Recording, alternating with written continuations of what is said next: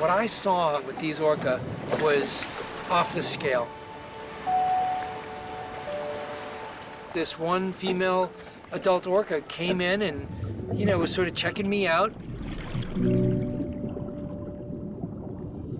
It was kind of looking at me, checking out the ray. It was kind of like, are you gonna have that? Because if not, I'm gonna go grab it.